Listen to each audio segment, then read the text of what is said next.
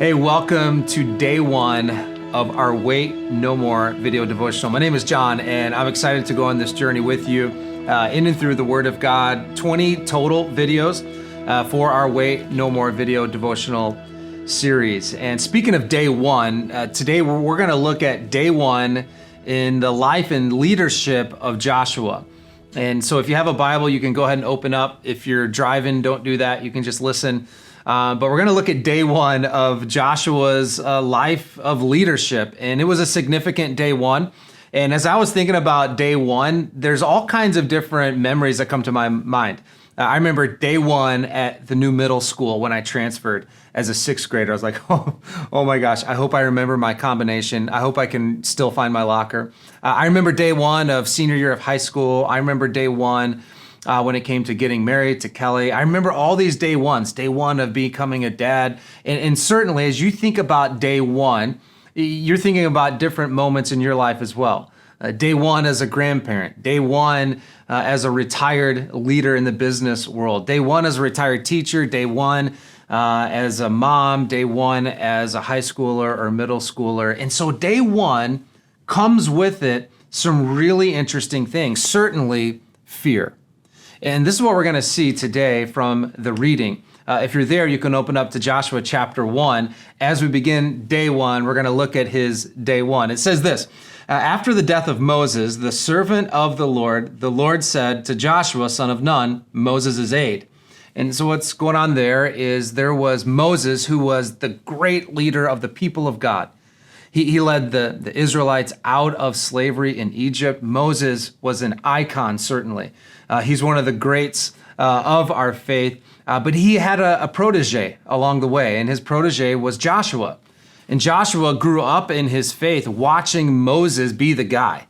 Moses was the leader. Moses was the one making the decisions. The weight of responsibility, it wasn't on Joshua, no, it was on Moses. Yet Joshua had a front row seat of watching Moses do it. Well, now we're seeing in Joshua chapter 1 that baton of faith is now being passed to Joshua. It's day one. And it says this, Moses, my servant, is dead.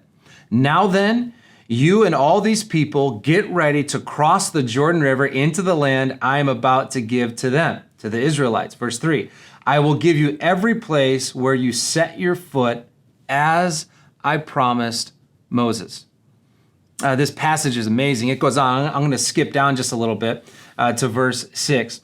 Then God says to Joshua on his day one, because this is what you always need on day one, be strong and courageous.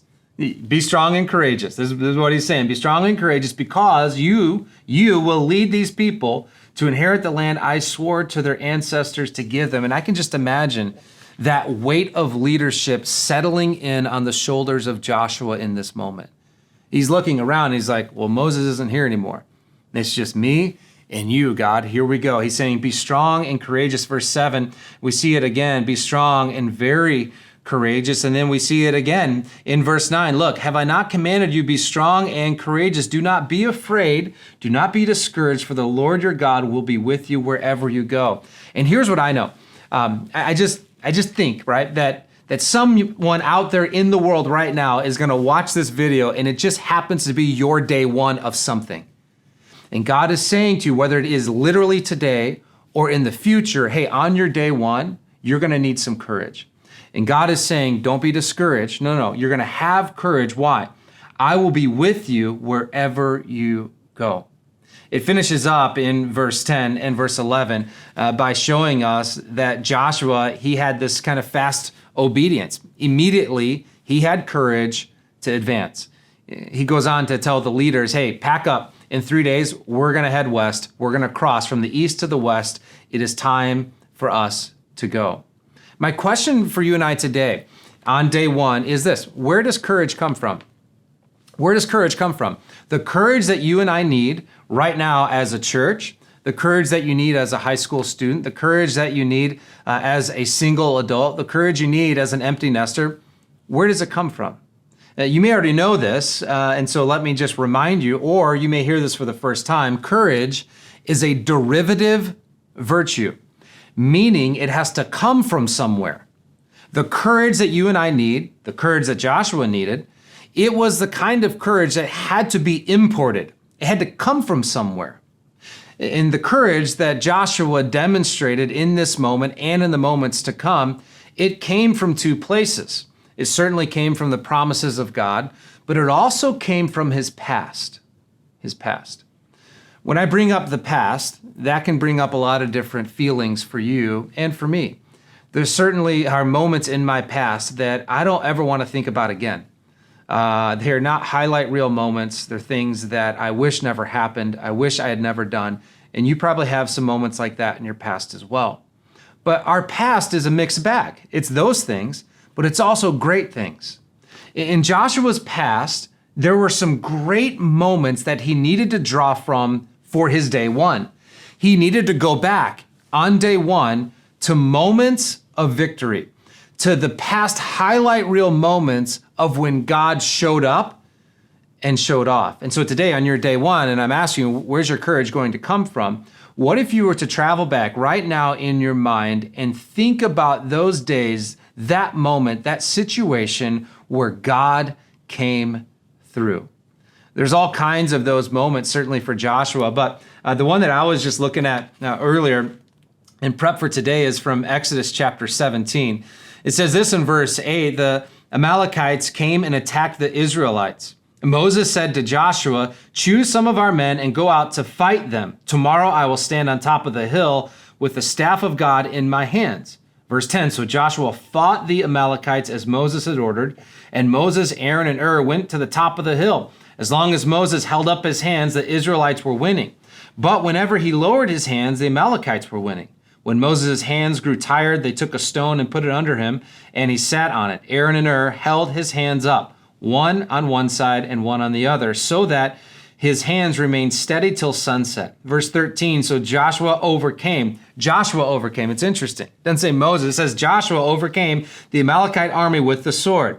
Then the Lord said to Moses, "Write this on a scroll." Meaning, make sure that you guys remember this. Write this on a scroll as something to be remembered, and make sure that Joshua hears it, because I will completely blot out the name of the Amalekites under heaven. Verse 15, Moses built an altar and called it, "The Lord is my banner," he said.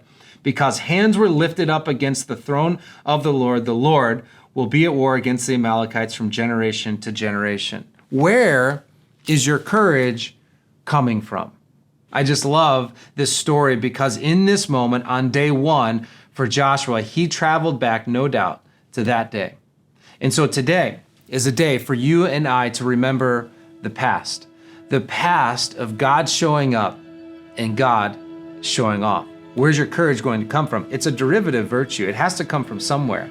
It will come from the promises of God, no doubt, but it will also come from past victories of when God showed up for you and did what only God could do. So be strong and courageous. Today is day one, and it is a day for you and I to live with strength and courage.